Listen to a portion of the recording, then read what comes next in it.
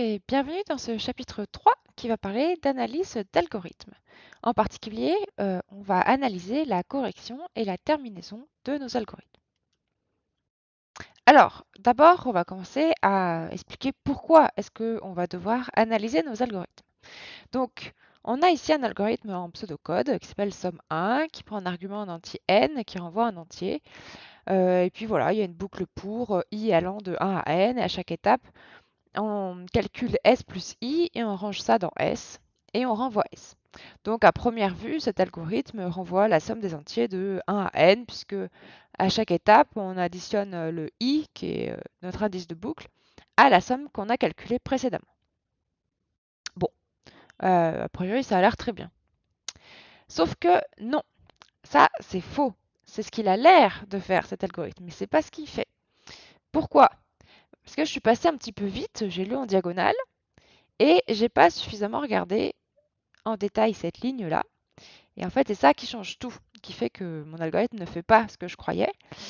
Et si je regarde en détail, que je l'exécute, mon algorithme sur n égale 1, et ben je vais me rendre compte que somme 1 de 1, ça vaut 2. Et donc 2, bah, c'est pas la somme des entiers de 1 à 1. Parce que c'est la somme des entiers de 1 à 1, ça vaut 1.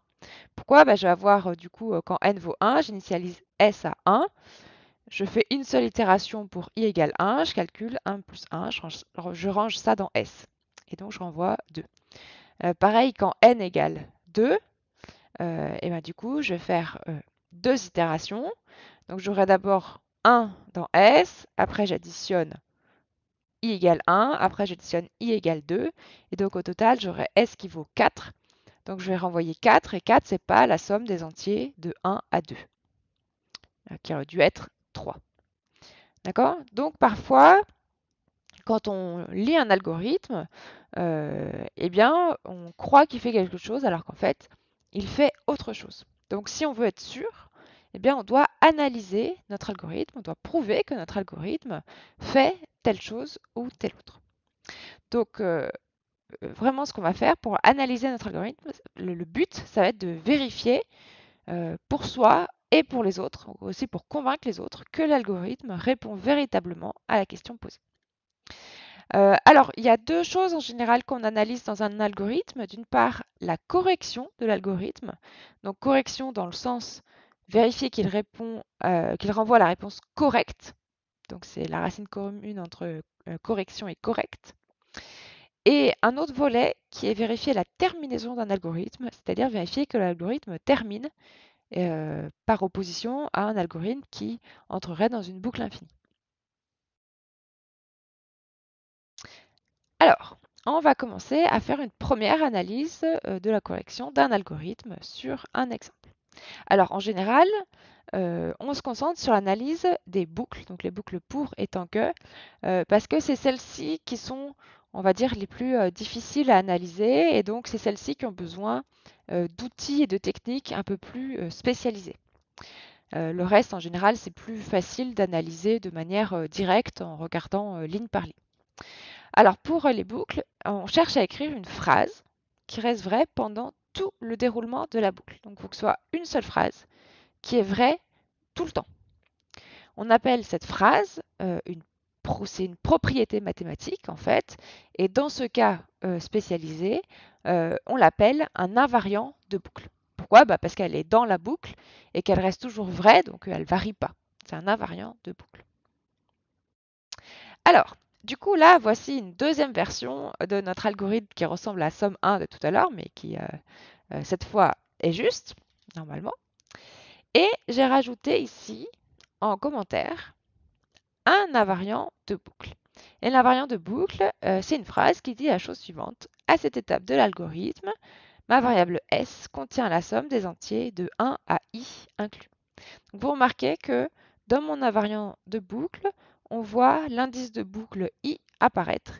Et ça, c'est presque toujours le cas dans les boucles pour. C'est pas obligé, c'est pas systématique, mais ça arrive très très fréquemment. Alors, bon, c'est pas le tout de l'avoir écrit, cet invariant de boucle. Encore faut-il prouver qu'il est juste, d'une part, et qu'il est utile, d'autre part. Alors, plus précisément, il faut vérifier, petit 1, qu'il est vrai à la première itération, c'est-à-dire au premier passage dans la boucle. Deuxièmement, il faut vérifier qu'il reste vrai d'une itération à l'autre. Et là, ça ressemble beaucoup à ce qu'on fait quand on est en train de faire une preuve par récurrence. Et ensuite, petit 3, il faut prouver qu'il est utile, c'est-à-dire qu'à la fin, le but, c'est pas de prouver que notre invariant de boucle il est juste, c'est pas le but en soi. Le but, c'est de vérifier que l'algorithme répond aux spécifications, c'est-à-dire vérifier que l'algorithme fait ce qu'on attend de lui, grâce à l'invariant en sortie de boucle, combiné éventuellement aux instructions qui suivent la boucle avant de quitter la fonction. Alors, petit 1, on veut vérifier que notre invariant de boucle est vrai à la première itération. Alors, on part du début et on va analyser tout ce qui se passe jusqu'à arriver à la première rencontre avec notre invariant de boucle. Alors, on met S à 0. Ensuite, I, il est mis à 1. OK? On rentre dans notre première itération, on calcule S plus I, donc 0 plus 1, ça fait 1. Je range 1 dans S. Donc quand je rencontre mon premier invariant de boucle, enfin le premier endroit où il y a mon invariant de boucle, I vaut 1 et S vaut 1. Maintenant, je vais lire mon invariant de boucle et je vais voir s'il est juste ou pas à cet endroit-là. À cette étape de l'algorithme, S contient la somme des entiers de 1 à i. Donc, est-ce que c'est vrai? Donc, les entiers de 1 à 1, ça fait 1. Donc, est-ce que S contient bien la somme des entiers de 1 à 1? Oui, S vaut 1. Donc, à la première itération, l'invariant de boucle est vrai. Ok, là ensuite, mon algorithme, quand il s'exécute, qu'est-ce qu'il fait? Ben, on remonte ici, en haut de ma boucle pour. On met à jour i, donc i est incrémenté. Et bah, il faut que je vérifie que mon invariant de boucle il est vrai à la deuxième itération, ensuite à la troisième itération, etc. Donc évidemment, on ne va pas vérifier à chaque itération. On va se dire, bah, supposons que mon invariant de boucle était vrai à une certaine itération. Donc quand j'ai fait un passage, il était vrai. Qu'est-ce qui se passe quand je remonte et que je repasse ensuite sur l'invariant de boucle? Est-ce qu'il est vrai au tour d'après? Alors, la subtilité, c'est que mon invariant de boucle, quand il est vrai là, je remonte, je change la valeur de i. Donc du coup, mon invariant de boucle, qui était à cette étape de l'algorithme, S contient la somme des entiers de 1 à i, une fois que je suis là, S, il n'a pas changé de valeur. Par contre, i, il a changé de valeur. Donc il faut que je réécrive mon invariant, ma phrase, pour ajuster à la nouvelle valeur de i. Donc quand je suis ici, l'invariant de la boucle précédente, de l'itération précédente de la boucle, dit qu'à cette étape de l'algorithme, S contient la somme des entiers de 1 à i-1. Vous voyez bien que la deuxième itération, par exemple, quand mon i vaut 2 et que je n'ai pas encore mis à jour S, et ben à cette étape de l'algorithme, S il contient encore la somme des entiers de 1 à 1. Et alors que mon i vaut déjà 2 et mon S n'a pas encore été mis à jour, donc S contient la somme des entiers de 1 à i-1.